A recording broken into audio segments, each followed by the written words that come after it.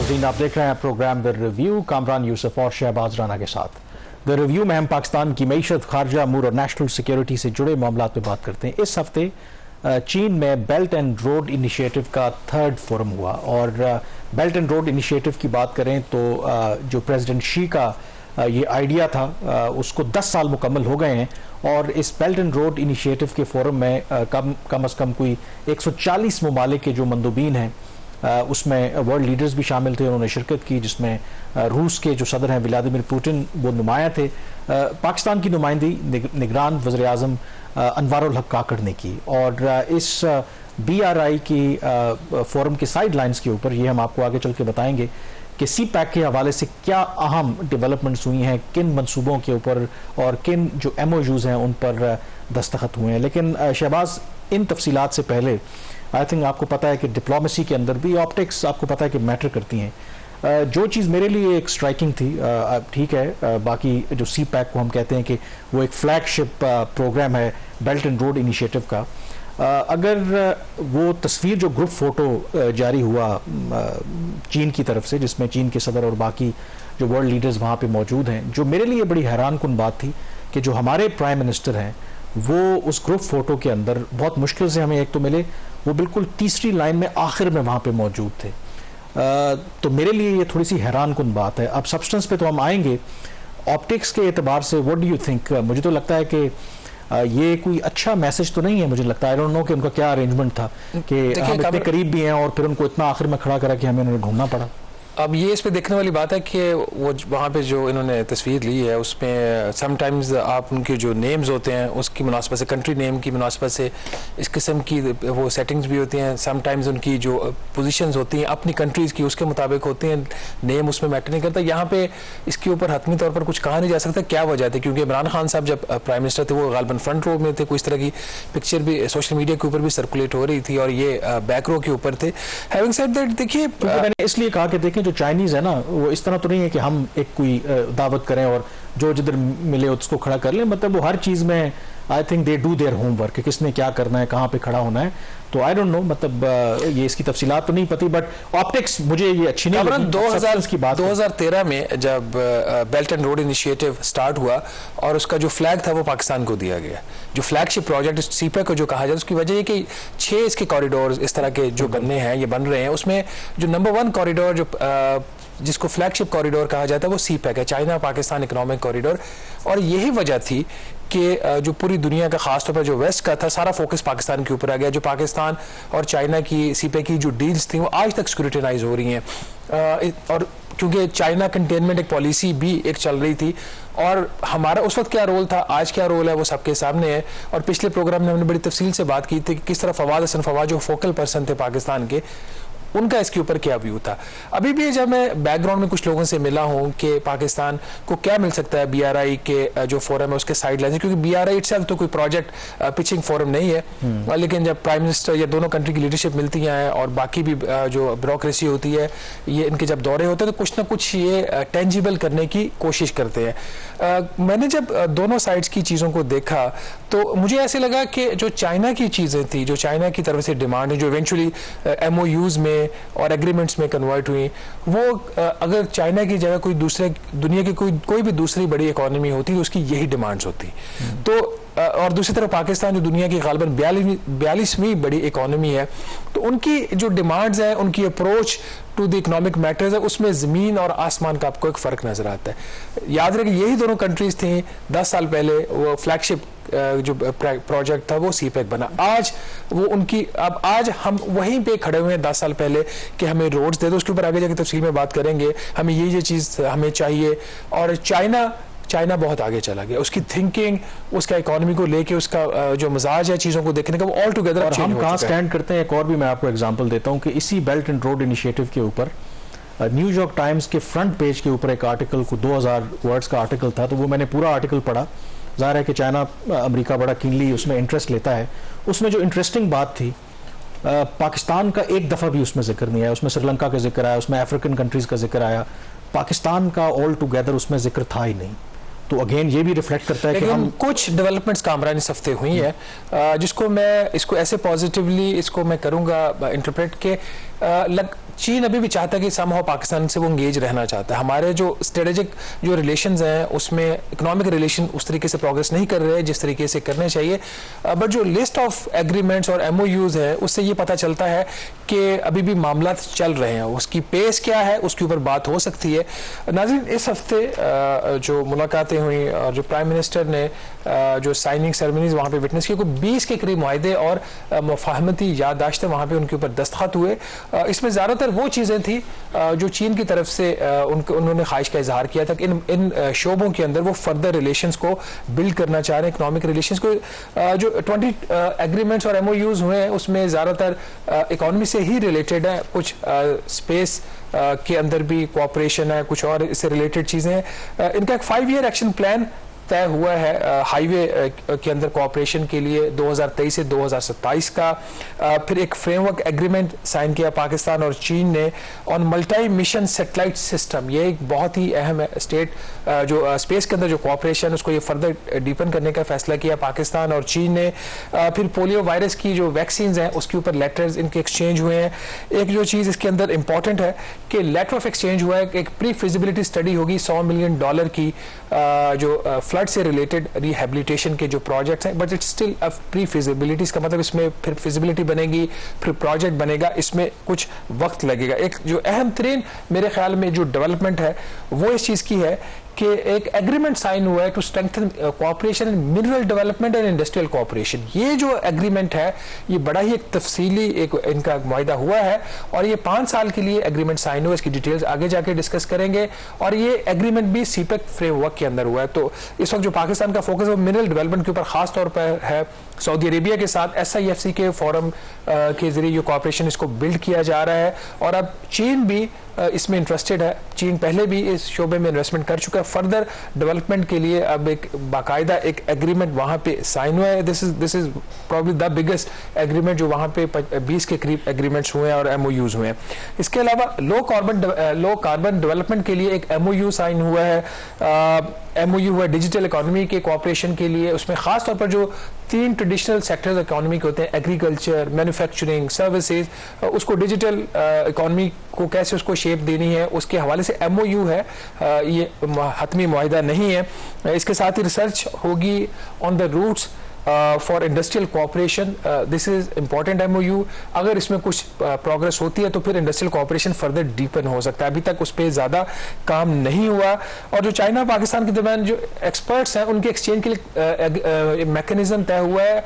और एक जो इसके साथ ही अहम MOU है वो भी एक्सचेंज मैकेनिज्म है, वो है ग्वादर पोर्ट की डेवलपमेंट के लिए। ये एक इनके दरमियान जो मुआहिदा हुआ है ये एक किस्म की एडवाइजरी सर्विसेज के लिए चीन पाकिस्तान की मदद करेगा। इसकी तफसील भी आपको हम थोड़ी देर में बताते हैं। उसके साथ ही कामरान जो इनका अब चूंकि BRI की आपने बात की है तो BRI के अंदर भी इन्हें जो मेजर इश्यूज हैं बेल्ट एंड रोड कोऑपरेशन के लिए उसके हवाले से रिसर्च करेंगे दोनों ममालिक मिलकर। जो बेसिकली चाइना पाकिस्तान को असिस्टेंस उसमें प्रोवाइड करेगा उसके ऊपर एक MOU है इनका। फिर अर्बन सस्टेनेबल डेवलपमेंट के ऊपर MOU है। फिर इसी तरीके से जो पाकिस्तान की एक्सपोर्ट्स की कैपेसिटी है उसको बढ़ाने के लिए भी एक MOU है। फिर कस्टम्स के 2 MOUs हैं उन एरियाज में जैसे डेयरी प्रोडक्ट्स हैं। डेयरी प्रोडक्ट्स के वाले से जो उसकी मुख्तलिफ रिक्वायरमेंट्स होती हैं before the export to China उसके ऊपर एक MOU है, प्रोटोकॉल साइन हुआ है पाकिस्तान कस्टम्स के साथ। फिर जो जानवरों की जो खालें हैं उसमें चीन का बहुत ज़्यादा इंटरेस्ट है, उसके हवाले से एक अलहदा इन्होंने एक प्रोटोकॉल साइन किया है। और जो एक लूनर रिसर्च स्टेशन है उसके लिए एक MOU है। और लास्टली एक MOU इन्होंने साइन किया है स्पेस डेब्रीज और स्पेस के अंदर जो ट्रैफिक मैनेजमेंट है उसके लिए। अब ये सारे एरियाज आप देख लीजिए जिन एरियाज के अंदर कोऑपरेशन कर रहे हो, आपको बड़ा क्लियर एक यहाँ पे एक आपको इंडिकेशन मिल रही है कि चीन इस वक्त दुनिया की दूसरी बड़ी इकोनॉमी है जिसकी इकोनॉमी का साइज गालबन 18,000 ट्रिलियन डॉलर से ज़्यादा है। और पाकिस्तान की इकोनॉमी का साइज को 342 बिलियन डॉलर है, 42वीं बड़ी इकोनॉमी है। तो ये प्रायोरिटीज़ को रिफ्लेक्ट करता है। और ख़ास तौर पर ऐसे वक्त में जब पाकिस्तान रिसर्च में कोई इतना अच्छा नहीं है, रिसर्च एंड डेवलपमेंट में तो हमारा बिल्कुल ही इन्वेस्टमेंट करने को तैयार नहीं है, आइडियाज़ में हम लैक करते हैं। जो एक अच्छी बात कही थी फवाद हसन फवाद ने जब अपना सोल सर्चिंग करते हैं कि जब आप बैठते हैं बात करते हैं तो जो कैपेसिटी होती है ना किसी भी काम करने की वो बहुत अहम होती है।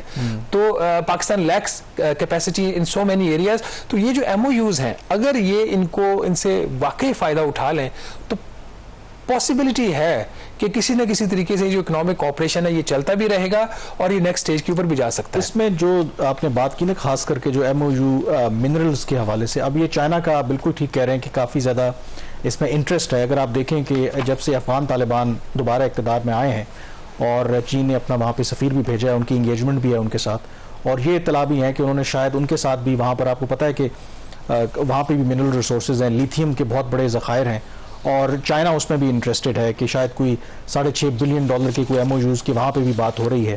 तो चीन ज़ाहिर है कि जो अपनी उनकी फ्यूचर की ज़रूरियात हैं उनको देखते हुए वो ये तमाम चीज़ें कर रहे हैं। तो शायद इसी वजह से अब अगेन आपने बिल्कुल बात ठीक की है कि एक्चुअल जो इशू हमारे यहाँ कैपेसिटी और रिसर्च एंड डेवलपमेंट, जो रिसर्च हम करते नहीं हैं कि हमें किस किस चीज़ की ज़रूरत है, और आइडियाज़, मतलब दुनिया में अगर आप देखें ना, अमेरिका की आपको सबसे ज़्यादा बिलियनर्स आपको अमेरिका में मिलेंगे, क्योंकि वहाँ पे आइडियाज़ आते हैं, वहाँ पे आइडियाज़ को प्रमोट किया जाता है।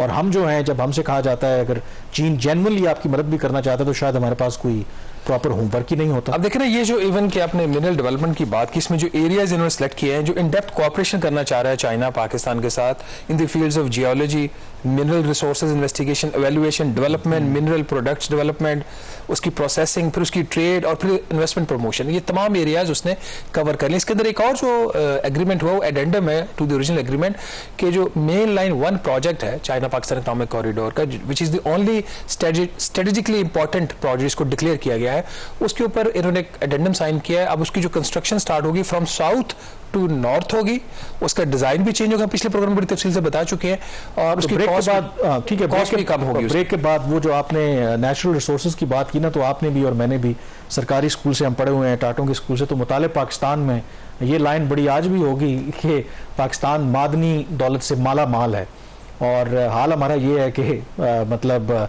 फिर भी हम दूसरों के सामने हाथ फैलाते हैं। वो मादनी दौलत तो है, बिल्कुल है, नेचुरल रिसोर्सेज हैं, लेकिन आज तक उनको ट्रूली एक्सप्लॉइट नहीं किया, और चाइना शायद ये चीज़ अंडरस्टैंड करता है। और अगर वाकई इस फील्ड के अंदर हम अच्छे तरीके से कोऑपरेट करें, तो वाकई हम मादनी दौलत से इन रियलिटी माला माल हो सकते हैं। बहरहाल यहाँ पे ब्रेक लेते हैं, और ब्रेक के बाद मजीद इसी मौजू पर बात करते रहेंगे, और फर्दर क्या अग्रीमेंट्स हुए हैं बिटवीन पाकिस्तान एंड चाइना।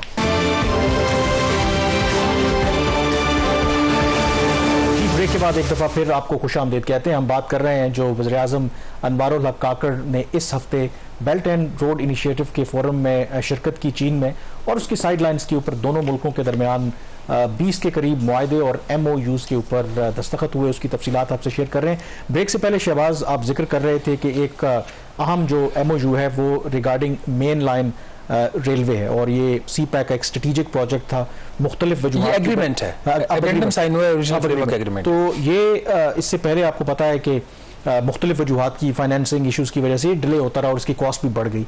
तो अब ये जो इसमें अमेंडमेंट की गई है, तो इसका मतलब है कि वो जो दोनों साइड जो हैं कुछ उसको रीडिज़ाइन किया है, रिव्यू किया है, उसकी जो कॉस्ट है अब वो कम हो गई है, $6.7 बिलियन पे ले आए हैं। तो इसका मतलब है कि ये जो अमेंडमेंट की गई है उसके तहत अब वो जो नया प्लान है उसके मुताबिक उसको अमल दरामद किया जाएगा। और डू यू थिंक इसके बाद अब चीज़ें फास्ट ट्रैक पे होंगी? देखिए, ये फर्स्ट स्टेप है, सिग्निफिकेंट स्टेप है। क्या इसका मतलब ये कि जो ML1 प्रोजेक्ट है बैक ऑन ट्रैक है, हतमी तौर पर इसलिए नहीं कहा जाता कि अभी इसमें जो मेजर एक इशू है वो फाइनेंसिंग का है। फाइनेंसिंग की अब ये सूरत हाल है कि $6.7 अरब में से 85% जो कर्जा है वो पाकिस्तान चीन से लेगा। अब जो पाकिस्तान रेलवेज है उसकी बैलेंस शीट इस काबिल नहीं है कि उसके ऊपर इतना बड़ा कर्जा लिया जा सके। फिर उसका दूसरी ऑप्शन ये होती है कि आप सेंट्रल गवर्नमेंट डेट लेते हैं जिसके पीछे सॉवरेन गारंटीज देती है मिनिस्ट्री ऑफ फाइनेंस। अब सॉवरेन गारंटीज की भी एक लिमिट जो है वो IMF ने मुकर्रर कर दिया, 4000 अरब रुपए के ऊपर इसको कैप किया हुआ है, और वो पहले ही 4000 बिलियन जो है वो एग्जॉस्ट हो चुका है, मोस्टली पावर सेक्टर में, फिर कुछ PIA का है, कुछ इस तरह के और छोटे मोटे प्रोजेक्ट्स जो एरियाज है वहां पे वफाकी हुकूमत ने सॉवरेन गारंटीज दी हुई है। द इशू इज कि क्या IMF उन गारंटीज को रिलैक्स करेगा? अगर नहीं करेगा तो फिर हम इसको कैसे करेंगे? तो इनकी कोशिश अब ये होगी कि एटलीस्ट साउथ से ये स्टार्ट करें टुवर्ड्स नॉर्थ। कराची लाहौर वाला ये बनाना चाह रहे हैं $2.7 बिलियन की कॉस्ट के ऊपर, जो पहले से तकरीबन आधी है सिर्फ इस एक पोर्शन की। और इसके अंदर भी जो मेजर इन्वेस्टमेंट्स हैं वो उन एरियाज में होंगी जहां पे बिल्कुल ही रिहेबिलिटेशन, ये फेजेस में होगा, ये 3 फेजेस में होगा 5 से 7 साल में। तो फाइनेंसिंग एग्रीमेंट जब हो जाएगा और फिर अगला स्टेप होगा इसकी बिडिंग का, तो बिडिंग पाकिस्तान फौरी चाह रहा है। चाइना का ये ख्याल है कि पहले सारे कमर्शियल एग्रीमेंट्स वगैरह हो जाएं, सारी चीज़ें फाइनेंसिंग की तय पा जाएं, उसके बाद फिर वो बिडिंग स्टार्ट होगी। But this is important step के जो इन्होंने एक ले लिया है। अब इसमें एक चीज़ में इसका मतलब है कि वो जो न्यूयॉर्क टाइम्स का जो आर्टिकल है ये उसको इंडोर्स कर रहा है कि जो 10 साल के बाद अब जो चाइना है उसने थोड़ा रिव्यू किया है। अब पहले जो बड़े बड़े मेगा प्रोजेक्ट्स को फाइनेंस कर रहे थे, अब उनका फोकस है कि स्मॉल एंड मीडियम किस्म के जो प्रोजेक्ट्स हैं। और अब भी अगर ये फेजेस में हो रहा है तो इसका मतलब है कि एकदम से वो एक बड़े प्रोजेक्ट में हाथ नहीं डालना चाहते, वो फूंक फूंक के चल रहे हैं बिकॉज ऑफ जो 10 ईयर का उनका एक्सपीरियंस। देखिए 2 साल यहाँ पे भी यही 2 साल पहले चाइना ने उनका जब ऑब्जेक्शन यही था कि पाकिस्तान की जो एक्सटर्नल डेट की सूरत हाल है उसमें ये $8 अरब का या $6 अरब का कर्जा अफोर्ड नहीं कर सकता। तो वो सिचुएशन तो अब पहले से खराब ही है, बेहतर तो नहीं है। वो चीज़ें सारी अपनी जगह पे आज भी मौजूद है। हैविंग सेड दैट उनको पाकिस्तान से कोऑपरेशन करना, और पाकिस्तान ये समझता है कि उसके लिए प्रोजेक्ट इंपॉर्टेंट है। कितना इंपॉर्टेंट है कितना नहीं, अगर वाकई बहुत ज़्यादा, मेरे अपने ख्याल में रेलवे का जो प्रोजेक्ट है वो रोड के प्रोजेक्ट से ज्यादा इंपॉर्टेंट होता है। इनको ऑरेंज लाइन करने से पहले या कोई और प्रोजेक्ट करने से पहले इनको ML1 का करना चाहिए था। ये ट्रैक सेफ नहीं है, हम सबको पता है जो हालात है वहां पे, जो रेलवेज की ओवरऑल कंडीशन है। अगर इसमें एक और जो कामरान इन्होंने एक एक्सपर्ट कम्युनिकेशन मैकेनिज्म, इन्होंने एक मुफाहमती काइंड ऑफ, ये भी MOU ही है, बट इसमें एडवाइजरी सर्विसेज के लिए एक मुआहदा साइन है गवादर पोर्ट की डेवलपमेंट के लिए। ये एक इंपॉर्टेंट है क्योंकि चाइना के लिए गवादर पोर्ट की एक बड़ी अहमियत है। उसके अंदर बेसिकली जो चाइनीज़ हैं वो पाकिस्तान के इंटेलेक्चुअल सपोर्ट भी देंगे और जो कंसल्टेशन है वो भी प्रोवाइड करेंगे। How to fast track development on Gwadar. मैं इसको आफ्टर दी मिनरल डेवलपमेंट जो है और ML1 को, उसके बाद ये एक अहम चीज़ है जिसकी जो पाकिस्तान और चाइना की जो इकोनॉमिक रिलेशन है उसमें ये एक रोल प्ले कर सकती है। 1 साल का ये मुआहदा एक्सटेंड भी हो सकता है। इसमें जो 2 चाइनीज इंस्टीट्यूट्स हैं, institute of comprehensive transportation of NDRC, उनका जो national development and reform commission है, एक ये इंस्टीट्यूट उनका है, वो अपने एक्सपर्ट एडवाइस भी प्रोवाइड करेगा और सपोर्ट भी। और दूसरा उनका एक इंपॉर्टेंट इंस्टीट्यूट है the institute of spatial planning and regional economy of NDRC। ये दोनों जो उनके इंस्टीट्यूट्स हैं ये गवादर पोर्ट की डेवलपमेंट के लिए ये पाकिस्तान की असिस्टेंट फराहम करेंगे। और क्यों जरूरी है? तकरीबन 12 बड़े प्रोजेक्ट्स जो थे, मेगा प्रोजेक्ट्स और स्मॉल प्रोजेक्ट्स, वो गवादर और उसके जो सराउंडिंग एरियाज हैं वो स्टार्ट किए गए थे। 2013 ऑनवर्ड उसकी प्लानिंग जब स्टार्ट हुई और उसमें से आज तक शायद 2 कंप्लीट हुए, जिसमें ईस्ट बे एक्सप्रेस वे है और एक इनका वोकेशनल ट्रेनिंग स्कूल है वो कंप्लीट हो गया। एक फ्रेंडशिप हॉस्पिटल है, वो पहले 50 बेड का बनाया था, अब उसको फर्दर एक्सटेंड कर रहे हैं 150 बेड्स के ऊपर, वो दिसंबर 2023 में हो जाएगा। तो लेट्स से 3 इनके मुकम्मल हो चुके हैं। बाकी प्रोजेक्ट्स लाइक वहाँ पे हमने एक प्रोग्राम में बड़ी तफसील से उसके ऊपर बात की थी। 300 मेगावाट का जो कोल फायर्ड पावर प्लांट है वो अभी भी आउटस्टैंडिंग है, उसके ऊपर काम नहीं। अब गवादर जैसे शहर की अगर आप, उसका इतना बड़ा रोल है सीपेक, उसकी अपनी बिजली नहीं है, पानी का वहाँ पे 5 मिलियन गैलन पर डे का करना चाह रहे थे साफ पानी का, वो मनसूबा पर इनका इनकम्प्लीट है। पिछले प्रोग्राम में हमने न्यू गवादर इंटरनेशनल एयरपोर्ट की बात की थी, उसके ऊपर 76% काम अभी तक कंप्लीट हुआ, बाकी होना है। अच्छा, अगर गवादर की आपने बात की है, कुछ रोज पहले मेरी किसी से मुलाकात हुई, मैं नाम नहीं लूंगा obviously, it's a sensitive thing, लेकिन वो सारा जो मैरीटाइम इकोनॉमी और ब्लू इकोनॉमी को जानते हैं, तो गवादर के ऊपर बात हुई तो उन्होंने बड़ा कैंडिड व्यू दिया कि ये SIFC या बाकी जो हम मंसूबा कर रहे हैं, वो कहते हैं कि हमें जो ब्लू इकोनॉमी है दुनिया में, इसका कोई हमने इसमें SIFC में या किसी को फ्यूचरिस्टिक तो हम सोचते नहीं है। उन्होंने 2-3 एग्जाम्पल, उन्होंने जी गवादर क्यों सक्सेसफुल नहीं है। उन्होंने जी गवादर आज अगर आप पोर्ट ऑपरेशनल हो भी जाए, वो सामान पहले लेके आता है, आपका बाकी मुल्क से कनेक्टेड तो है ही नहीं, वो दोबारा कराची जाएगा, कराची से फिर जो नॉर्थ की तरफ आएगा। तो उन्होंने कहा कि वो जो भी चीज़ मंगवा रहा है तो वो डायरेक्ट कराची मंगवाएगा ना, उसको एक्स्ट्रा कॉस्ट क्या पे करने की जरूरत है। एक तो आपने लिंक नहीं किया। दूसरा उन्होंने एक और बात की कि छोटे छोटे मंसूबे हैं, मसलन जो शिप यार्ड होती है, शिप यार्ड ऐसे ही है जहाँ पे जहाज़ नए बनते भी हैं और रिपेयर भी होते हैं, कि जहाज़ों की वर्कशॉप है, मतलब कराची में है, उसकी इतनी बड़ी कैपेसिटी है। उन्होंने कहा जी आप गवादर में इतना बड़ा पोटेंशियल है कि अगर आप वहाँ पे प्राइवेट कंपनीज को कहें शिप यार्ड वहाँ पे बनाएं, जो वहाँ पे जितनी बहरी जहाज़ जो तजारत करते हैं वो उनको बीच में ख़राब भी होते हैं, रिपेयर की भी ज़रूरत पड़ती है, वो सारे जाते हैं मुंबई या इंडिया जाते हैं, वहाँ पे शिप यार्ड्स हैं। अगर यहाँ पे हम आप बना दें, आपको यहाँ पे बिलियंस ऑफ डॉलर्स आना शुरू हो जाएंगे। तो उनका कहने का मकसद ये था, इंपॉर्टेंट वो शख्स थे, कि हमारा विजन पता नहीं है ही नहीं कि जी बातें तो हम बड़ी बड़ी करते हैं बट इन रियलिटी कुछ स्टेप नहीं लेते, और गवादर का भी फिर देखिए ऐसे इसमें 3-4 प्रोजेक्ट्स का हम जिक्र करके फिर वो उस तरफ चलते जो पाकिस्तान चाहता था, और वो वहाँ पे इनको इस दफ़ा भी वो चीज़ नहीं मिली एज पर देयर डिज़ायर। इसमें जो गवादर फ्री जोन है अब 2281 एकड़ के ऊपर, या फिर कह लें 2300 एकड़ के ऊपर ही गवादर फ्री जोन बना है। इसकी 2 फेजेस थी। पहली फेज इसकी सिर्फ 60 एकड़ की बनी है 10 साल में, ठीक है। दूसरी फेज जो रफली आपके पीछे सारा तो वही बचा हुआ है, सेकंड फेज वो अभी भी इनकम्प्लीट, और इनका प्लान है कि 2030 तक बन जाएगी, बट लगता है वो भी नहीं होगा। अभी तक गवादर में सिर्फ 46 इंडस्ट्रीज जो है वो रजिस्टर्ड हुई हैं, जो कंपनीज हैं, और जो एक्चुअली जिन्होंने कोई थोड़ा बहुत काम वहाँ पे शुरू किया है वो 10 कंपनीज हैं। तो ये इस गवादर फ्री जोन की ये मैं सूरत हाल आपको बता रहा हूँ। फिर आपने दूसरा जो जिक्र किया इनके जो पोर्ट के जो मामला था, इसमें इन्होंने एक ब्रेक वाटर का कंस्ट्रक्शन का एक प्रोजेक्ट था, वो अभी तक पाइपलाइन में। ये 5th JCC मेरे ख्याल 2016 में शायद हुई थी JCC, और तब से ये इसकी जो कॉन्सेप्ट इसका क्लियर हुआ है, अभी तक वो इनकम्प्लीट पड़ा हुआ है। फिर इन्होंने ड्रेजिंग करनी थी बर्थ वाटर्स के लिए, नए चैनल बनाने के लिए कोई 900 मीटर के एरिया में वहाँ पे, और वो इनका प्रोजेक्ट 6th JCC में हुआ था क्लियर, उसकी वो अभी तक उसके ऊपर काम नहीं हुआ। Same is situation with Gwadar smart port city master plan का, वो इनका इनकम्प्लीट है। फिर ग्वादर वेस्ट मैनेजमेंट का है, फिर इस तरह और 2-3 चीजें हैं। ये सारी चीजें अभी तक पेंडिंग पड़ी हुई है। लेकिन नाज़रीन, पाकिस्तान जैसे मैंने भी कहा कि 2 इकोनॉमीज हैं, एक दुनिया की दूसरी बड़ी इकोनॉमी है और एक दुनिया की 42वीं इकोनॉमी है। चाइनीज की प्रायोरिटीज क्या है वो हमने MOUs और एग्रीमेंट्स में आपको बता दिया। पाकिस्तान की ख्वाहिश थी कि इस दफ़ा कुछ चीज़ें इनकी और चैलेंज, जिसमें इनको ML1 इनकी जो ख्वाहिश थी वो इन अवे पूरी हुई है, उसमें एडेंडम आ गया है और उसके ऊपर काम शुरू हो जाएगा। दूसरा, पाकिस्तान का ख्याल था कि जो थाकोट रायकोट एक उसका पोर्शन है रोड का, कराकरम हाईवे का, इसके ऊपर फ्रेमवर्क एग्रीमेंट हम साइन करना चाह रहे थे, वो नहीं है। फिर डेरा इस्माइल खान जोब के ऊपर हम चाह रहे थे कि कोई MOU हो जाए फिजिबिलिटी स्टडी के लिए, ये हमारी ख्वाहिश थी।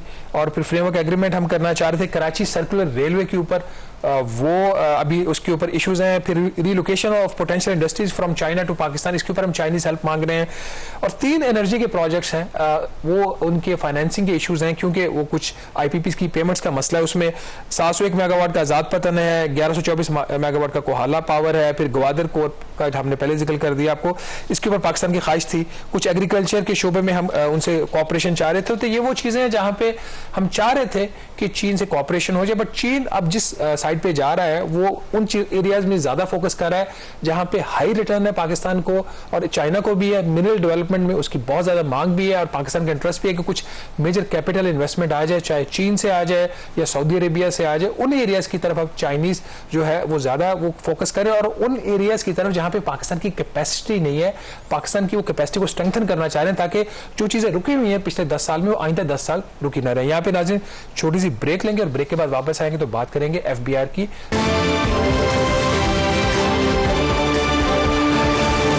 ब्रेक के बाद एक दफ़ा फिर आपको खुश आमदीद कहते हैं। वर्ल्ड बैंक की एक रिपोर्ट मंजरेआम पर आई है, जिसमें यकीनी तौर पर जो FBR की कारकर्दगी है उसके हवाले से काफ़ी जो सवालिया निशान उसने उठाए हैं। इसमें जो इम्पोर्टेंट बात है कि चलें एक अच्छी खबर इस हिसाब से कि पाकिस्तान में इस वक्त जो रजिस्टर्ड टैक्स पेयर्स हैं उनकी तादाद 1 करोड़ हो गई है। लेकिन devil lies in the detail. इस 1 करोड़ जो रजिस्टर्ड टैक्स पेयर्स हैं पाकिस्तान में, सिर्फ 44 लाख ऐसे हैं वर्ल्ड बैंक की रिपोर्ट के मुताबिक जो सालाना अपना जो गोशवारा है, ये जो एनुअल रिटर्न जो है वो FBR में जमा कराते हैं। सवाल मेरा यही है कि FBR फिर क्या करती है जो बाकी 54 लाख जो टैक्स पेयर्स रजिस्टर्ड हैं, तो उनके खिलाफ कोई एक्शन नहीं होता अगर वो अपनी रिटर्न नहीं भरते? देखिए, प्रायोरिटीज़ की बात होती है। जब कोई चीज़ आप एड हॉक बेसिस पे चलाने की कोशिश करेंगे, पुश करने की कोशिश करेंगे without first understanding the ground realities, तो वो फिर आपको ऊपर से चीज़ें आपको कुछ और तरीके से आप ठीक करने की कोशिश करेंगे, रूट में प्रॉब्लम्स कुछ और होंगे। आपने बात की 1 करोड़ अफराद जो रजिस्टर्ड FBR के साथ, ये वो लोग हैं जिन्होंने नेशनल टैक्स नंबर FBR से ले लिया है। ये हम बात करें जून 2023 तक की। उस 1 करोड़ में आपने बताया कि 44 लाख अफराद ने अपने गोशवारे जमा करवाए, और उन 44 लाख में से एक्चुअली जिन्होंने को टैक्स पे किया वो थे 23,20,000 अफराद। ठीक है, उसमें जनरली कुछ लोग होंगे जिनका नहीं भी बनता होगा, कुछ लॉस में होंगे, कुछ और वजूहात होंगी, बट इतना मिसमैच है कि 54 लाख अफराद किधर है पाकिस्तान में। ये कौन लोग हैं जो एंट्रियां ले लेते हैं अपने गोशवारे जमा नहीं करवाते? हम माजी में कई दफा इस पे बात कर चुके हैं। किसने गाड़ी लेनी है, पास कानून क्या है, देखे ना, या इख्तियार क्या है FBR के पास? एग्जाम्पल दें कि मैं मैंने टैक्स नंबर लिया हुआ है, मैं कुछ साल टैक्स रिटर्न जमा करवाता रहा, फिर मैंने करवाना छोड़ दी, तो मेरे खिलाफ एफबीआर क्या एक्शन ले सकता है? आपके खिलाफ बड़ा एक्शन ले सकता है। आपने पिछला गोशवारा जमा करवाया, गाड़ी आपने खरीदी है, घर खरीद लिया, और उस साल आपने जो नॉन फाइलर का आपने डबल रेट देना था आपने नहीं दिया, अब बच गए उससे। अगले साल आपने गोशवारा इसलिए जमा नहीं करवाया कि आपने ना कोई नया घर लिया ना कोई नई गाड़ी ली। एफबीआर को क्या करना चाहिए? आपका जब गोशवारा नहीं आया तो आपको एक नोटिस जाना चाहिए 176 का, आपसे इंफॉर्मेशन मांगनी चाहिए, या आपसे पहले रिक्वेस्ट करनी चाहिए कि आपका ना गोशवारा जमा करवाए। 176 में आपसे इंफॉर्मेशन मांग लें कि जी उसकी कोई भी वजह हो सकती है, पिछले गोशवारे की बेस के ऊपर होता है। और जो ज्यादा इंपॉर्टेंट चीज है विच इज मोर देन 176, इनको खुद पता होना चाहिए कि अब आपकी डिजिटल इकोनॉमी है, आप क्रेडिट कार्ड भी यूज करते हैं, ठीक है, आपका CNIC भी है, सब कुछ है, आप इंटरनेशनल ट्रैवल भी करते हैं, तो इनके पास तो पॉपुलेटेड हो जाना चाहिए आपका जो रिटर्न है, तो इनके पास आ रहा है। अब इसी रिपोर्ट के अंदर एक चीज बड़ी इंपॉर्टेंट नहीं, बट मैं इसलिए मैंने आपसे सवाल किया, तो एफबीआर क्या ऐसा करता है जो आप कह रहे हैं? नहीं करता ना। आपको एक नोटिस जाना चाहिए कि हमारे ख्याल में आपकी इस साल की इतनी आमदन है, क्योंकि आपने पिछला गोशवारा जमा किया, वो आपको बेस दे रहा है, और आप अपना रिटर्न फाइल करें। और अगर आपका कोई एक्सपेंस, आपने रिटर्न फाइल नहीं किया, आपका कोई एक्सपेंस पकड़ा जाता है, उसको इनकम बना के उसके ऊपर आपसे वो टैक्स डिमांड क्लेम करे। ये वो काम नहीं करते, मुश्किल काम है ना, कि कौन जाके आपका पिछला गोशवारा देखे, कौन आपकी सारी जो डाटा है उसको इंटीग्रेट करे, उसको देखे कि किधर से कौन सी चीज आ रही है। अब ये इसका हल क्या ढूंढ रहे हैं? This is interesting thing.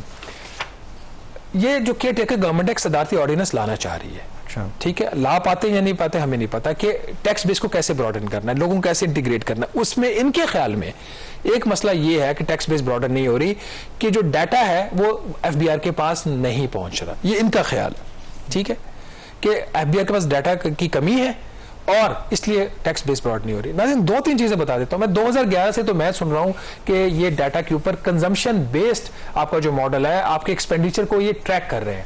उस वक्त अली अर्शद हकीम चेयरमैन एफबीआर होते थे, हमने खुद उनके साथ बैठ के वो रिपोर्टें सारी देखी हुई हैं, उन लोगों के हमने डाटा खुद देखे हैं। उसके ऊपर हमने 2011-12 में रिपोर्ट किया था कि इनका लाइफस्टाइल ये है और ये टैक्स देते हैं या नहीं देते।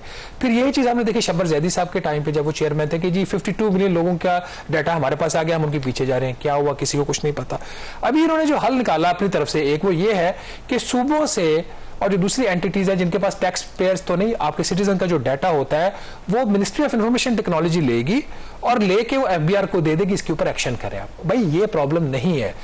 एफबीआर की जो वर्ल्ड बैंक की भी रिपोर्ट आई है, जो हमने $400 मिलियन का कर्जा लिया हुआ, उसका वो उन्होंने एक रिव्यू रिपोर्ट दी है, उसके मुताबिक 84 एंटिटीज, 84 जो इदारे एंटिटीज जो हैं वो एफबीआर को बाकायदा डाटा दे रहे हैं।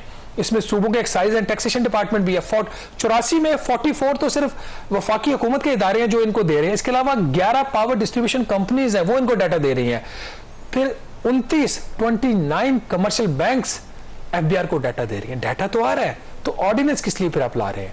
तो आप जो रूट काज है उसके ऊपर जाइए कि ये काम क्यों नहीं हो रहा, क्यों लोग इस तरफ नहीं आ रहे, उसको एड्रेस कीजिए, बजाय इसके कि आप उन चीजों की तरफ जाएं जो सुपरफिशियल होंगी। आप सदारती ऑर्डिनेंस भी ले आएंगे, कुछ नहीं होगा। ये ऐसे ही होगा जैसे इमरान खान साहब सदारती ऑर्डिनेंस ले आए थे, उन्होंने महंगाई पे काबू पाने के लिए, नहीं, क्योंकि वजूहात कहीं कुछ और हो रहा था। तो कामरान बहरहाल ये इसके मैं हमेशा ये कहता हूँ कि कर्जा लेना सोल्यूशन नहीं है इन सारी प्रॉब्लम्स का, और एफबीआर तो बिल्कुल कर्जा लेके ये काम ना करे। हमने बड़ी कोशिश की थी उस वक्त कि ये जो $400 मिलियन का कर्जा वर्ल्ड बैंक से मत लें, बहरहाल हुकूमत के अपने फैसले होते हैं। इसका एक ऑब्जेक्टिव इस कर्ज का ये था कि जो टैक्स टू जीडीपी रेशियो है, आपकी इकोनॉमी के तनासुब से आपकी टैक्स कितनी पेमेंट होती है, वो 17% तक लेके जाना था। 2018 में ये था 13%, उसको 17% ऑफ जीडीपी लेके जाना था। आज कितना है? 9%। 13 से कर्जा लेने से पहले हम नीचे आ गए 9 पे कर्जा लेके, उसको हमने लेके जाना था 17 पे। आज एफबीआर की कलेक्शन जो पिछले साल हुई थी 7,200 अरब रुपया थी, इस साल का हदफ है 9,400 अरब। तो अगर ये 17% हो जाती 2024 में जो इसका हदफ है, तो आपकी कलेक्शन होती 15,000 अरब। और 15,000 का मतलब क्या है? ना कर्जा लेते, ना बाहर आपको IMF के पास जाते, ना वर्ल्ड बैंक के पास जाते। ये हमारी सारी सूरत है। मेरा सवाल तो इन जो इंटरनेशनल फाइनेंशियल इंस्टीट्यूशन से यही है कि जब आवाम के ऊपर बोझ डालने की बात आती है, फिर तो ये हुकूमत के ऊपर खूब दबाव डालते हैं, जी आप टैक्स इंक्रीज करें, बिजली की कीमतें बढ़ाएं, गैस की कीमतें बढ़ाएं, और हुकूमत मजबूर हो जाती है। लेकिन यहाँ पर अगर आपने इनको कर्जा दिया था और गवर्नमेंट से आपने अंडरस्टैंडिंग थी कि आपने 17% करेंगे टैक्स टू जीडीपी रेशो, यहाँ पर उस तरह का लगता है कि एक्शन उस तरह से नजर नहीं आता। काश के इंटरनेशनल फाइनेंशियल इंस्टीट्यूशंस उसी तरह का दबाव डालें तो हो सकता है कि पाकिस्तान की टैक्स कलेक्शन बेहतर हो जाती है। यहाँ पे ब्रेक लेंगे, ब्रेक के बाद जिक्र करेंगे पाकिस्तान ने जो फैसला किया था कि जो गैर कानूनी तौर पर अफगान शहरी पाकिस्तान में मुकीम हैं उनको निकल जाने के हवाले से एक अहम डेवलपमेंट हुई है। अमेरिका से ये खबर आई है। ब्रेक के बाद इस पर बात करेंगे।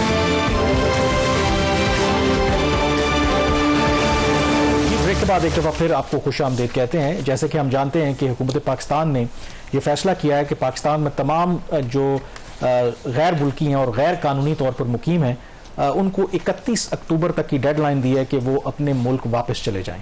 और इसमें हम जानते हैं कि जो अक्सरियत अफगान शहरियों की है, हुकूमत के अपने जो आदाद शुमार हैं उनके ख्याल में कोई लगभग 17 लाख ऐसे अफगान शहरी हैं जो बग़ैर किसी वीज़े के, बग़ैर किसी कानूनी दस्तावेज़ के, बग़ैर किसी रेफ्यूजी स्टेटस के पाकिस्तान में रह रहे हैं। और पाकिस्तान का ये कहना है कि इन तमाम लोगों को 31 अक्टूबर तक अपने मुल्क वापस चले जाना चाहिए। अगर वो नहीं जाएंगे तो इन लोगों के खिलाफ बाकायदा तौर पर कार्रवाई होगी। अब शहबाज, इसमें यकीनी तौर पर एक बहुत बड़ा चैलेंज पाकिस्तान के लिए कि इतनी बड़ी तादाद में लोगों को वापस भेजना, बहुत से उसमें चैलेंजेस हैं। इसमें जो एक और चैलेंज सामने आ रहा है, हमें पहले पता है कि UNHCR और बाकी जो इमिग्रेशन के इदारे हैं दुनिया में काम करते हैं वो पाकिस्तान पर पहले भी जोर दे रहे थे कि अपनी पॉलिसी में पाकिस्तान नजरसानी करे और ख़ुद को जाना चाहता है तो बिल्कुल उनको जाने दें, लेकिन मेक श्योर के ज़बरदस्ती लोगों को ना भेजें। अब इस हफ्ते एक जो डेवलपमेंट इसमें हुई है कि कोई 80 के करीब अमरीकी जो साबका एहलकार हैं, उसमें डिप्लोमेट्स भी हैं, उसमें रिटायर्ड उनके फ़ौजी जर्नैल भी हैं, उन्होंने एक ख़त लिखा है हमारे वज़ीर आज़म अनवारुल हक काकड़ को। और उसमें उन्होंने ये उनसे रिक्वेस्ट की है कि आप ये जो अपना फैसला है इसमें नजरसानी करें। और ख़ास करके उन्होंने जिक्र किया है उन 20,000 अफगान शहरियों का जो अफगान तालिबान के इक़्तिदार में आने के बाद अपने मुल्क से भाग आए थे और उन्होंने अल्टीमेटली उन्होंने जाना है अमेरिका, क्योंकि अमेरिका एक पॉलिसी के तहत उनको वहाँ पे लेके जाएगा। ख़ास करके उन लोगों के हवाले से जो ये साबका जो एहलकार हैं अमेरिका के, वो ये कह रहे हैं पाकिस्तान से कि आप इनको वापस ना भेजें, क्योंकि उनको वापस भेजेंगे तो इनके खिलाफ तालिबान जो है वो कोई कार्रवाई कर सकते हैं। क्योंकि ये 20,000 अफराद वो हैं, इसमें जर्नलिस्ट हैं, इसमें ट्रांसलेटर्स हैं, इसमें बाकी एक्टिविस्ट हैं और बेशतर जो है वो अमरीकी और गैर मुल्की अफवाज के साथ वहाँ पे काम करते रहे हैं। तो ये इसमें आप डेवलपमेंट है। कामरान, इसमें देखें 2 साल हो गए हैं, मोर देन 2 years हो गए ये सारी डेवलपमेंट हुए, तो इनको वीज़ाज और इनके जो बाकी जो डॉक्यूमेंटेशन है वो तो अमेरिकन ने कंप्लीट करनी थी ना। तो हमें भी इस चीज़ का पता है कि वो पाकिस्तान में हैं, यहाँ पे उन्होंने स्टे, कुछ ऐसे लोग होंगे जो शायद इसमें वो लोग भी होंगे जो वहाँ से किसी और वजह से आ गए और अमेरिकन के साथ ना काम करते होंगे, उनको मे भी उनको प्रॉब्लम्स हो, बट इनको तो लुक आफ्टर अमेरिकन ने करना था। तो अगर उनके एंड पे कोई कमी बेशी है तो उसका जिम्मेदार पाकिस्तान को तो नहीं ठहराया जा सकता। 2 साल से ज़्यादा सा इसमें कितना टाइम लगता है अगर इन्होंने किसी को यहाँ से लेके जाना हो। हमें कुछ माजी में वाकयात हुए हैं ना कि रातों रात लोग बाहर भी लेके गए थे ये लोग, तो इसलिए एक तो ये इनका है। दूसरा, ठीक है, अगर अमेरिकन भी एट फॉल्ट है, दैट डज नॉट मीन कि इनके जो राइट्स हैं वो वायोलेट किए जाएं। बट एक चीज़ अफसोसनाक ये है, आई होप कि मुझे नहीं पता, मैंने वो लेटर नहीं देखा कि इन्होंने जो पैलेस्टाइन के अंदर जो ह्यूमन राइट्स की वायलेशन हुई है उसका भी जिक्र किया है या नहीं। नहीं, उसका तो जिक्र कहीं भी नहीं। तो अगर फिर वहाँ पे तो इंसानियत के साथ जो इसका सलूक हो रहा है, बच्चों, हॉस्पिटल्स, कोई किसी किस्म की, यहाँ पर भी जो उनको कंसर्न है उन लोगों से है जो उनके साथ लोग काम करते रहे हैं। और मुझे ये भी पता चला है, ज़राए ने बताया कि बाकायदा तौर पर जो कुछ यूरोपियन कंट्रीज़ हैं उनके लोग भी हैं जिनको यहाँ पे लोग फंसे हुए, उनका भी प्रोसेस अभी कंप्लीट नहीं हुआ। उन्होंने पाकिस्तान से रब्ता किया, पाकिस्तानी हुकूमत से, और जो आप जिक्र कर रहे थे जो पाकिस्तान के हुकाम का जवाब था, उन्होंने कहा कि ये आपकी गलती है और आप इस प्रोसेस को 2 साल से ज़्यादा हो गया ये लोग यहाँ पे रह रहे हैं, तो आप अपना जो वीज़ा प्रोसेस को फास्ट ट्रैक करें, इन लोगों को आप बेशक ले जाएँ। तो एक अश्योरेंस ज़रूर दी है। पाकिस्तान का ये कहना है कि हम इन फेजेस जो लोगों को भेजेंगे, मतलब पहले फेज़ में वो लोग हैं कि जिनके पास कोई जवाज़ नहीं है, कोई डॉक्यूमेंट नहीं, कोई कुछ नहीं है, या वो क्रिमिनल एक्टिविटीज़ में इन्वॉल्व हैं। और पाकिस्तान जस्टिफिकेशन ये देता है कि इस साल पाकिस्तान के अंदर 28 खुदकुश हमले हुए हैं और उन 28 खुदकुश हमलों में 14 जो हैं वो अफ़गान शहरी जो हैं मुलव्वस पाए गए हैं, और वो शहरी थे जो गैर कानूनी तौर पर पाकिस्तान में मुकीम थे। तो पाकिस्तान ये कहता है कि इसकी एक बहुत बड़ी सिक्योरिटी रीज़न है। आपको याद होगा कि कुछ अर्सा पहले आप भी थे, प्राइम मिनिस्टर से भी हमारी मुलाकात हुई थी और उन्होंने वहाँ पे यही कहा था कि हम ये जो गैर कानूनी तौर पर लोग रह रहे हैं, एक दफ़ा वो अपने मुल्क वापस चले जाएं अगर वो कानूनी तरीके से पाकिस्तान आना चाहते हैं तो हम उनको वेलकम करेंगे, हम इस पे एतराज़ नहीं कर रहे। और कौन सा ऐसा मुल्क है, किसी भी मुल्क चले जाएं, गैर कानूनी तौर पर आपको वो अपने मुल्क में रहने की इजाज़त नहीं देगा।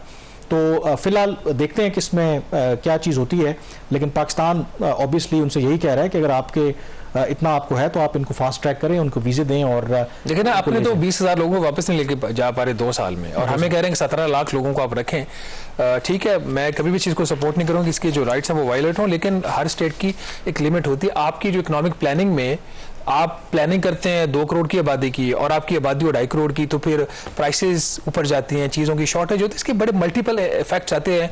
तो वो मेरा ख्याल है कि अमेरिकन को अपनी गलतियों का कम से कम हमें कसूरवार नहीं ठहराना चाहिए, हम हमारी अपनी गलती। और आपने वो जिक्र किया कि देखें, गजा की बात की, उस पर जो है ना हमने कल भी बात की थी। इंटरेस्टिंगली अगर आप देखें ना कि वहाँ पे दबाव है कि जो गजा के अंदर लोग महसूर हैं कि जी वो इजिप्ट चले जाएं या बाकी नेबरिंग कंट्रीज़ में चले जाएं। और कल भी जिक्र किया था कि OIC की तरफ से भी जो स्टेटमेंट आया, उन्होंने कहा जी कि वहाँ पर ये पॉसिबल नहीं है। ऑलरेडी जो गजा के अंदर आधे जो वहाँ पे आबादी है वो अपने ही मुल्क में मुहाजिरीन है, यानी कि जो उनको इसराइल ने जब उनकी ज़मीनों पर कब्जा किया, उनको अपने घरों से बेदखल किया, तो वहाँ पर वो पनाह ले रखे हैं। तो आप ये चाहते हैं कि वहाँ से भी उनको निकाल के कहीं और ले जाएं।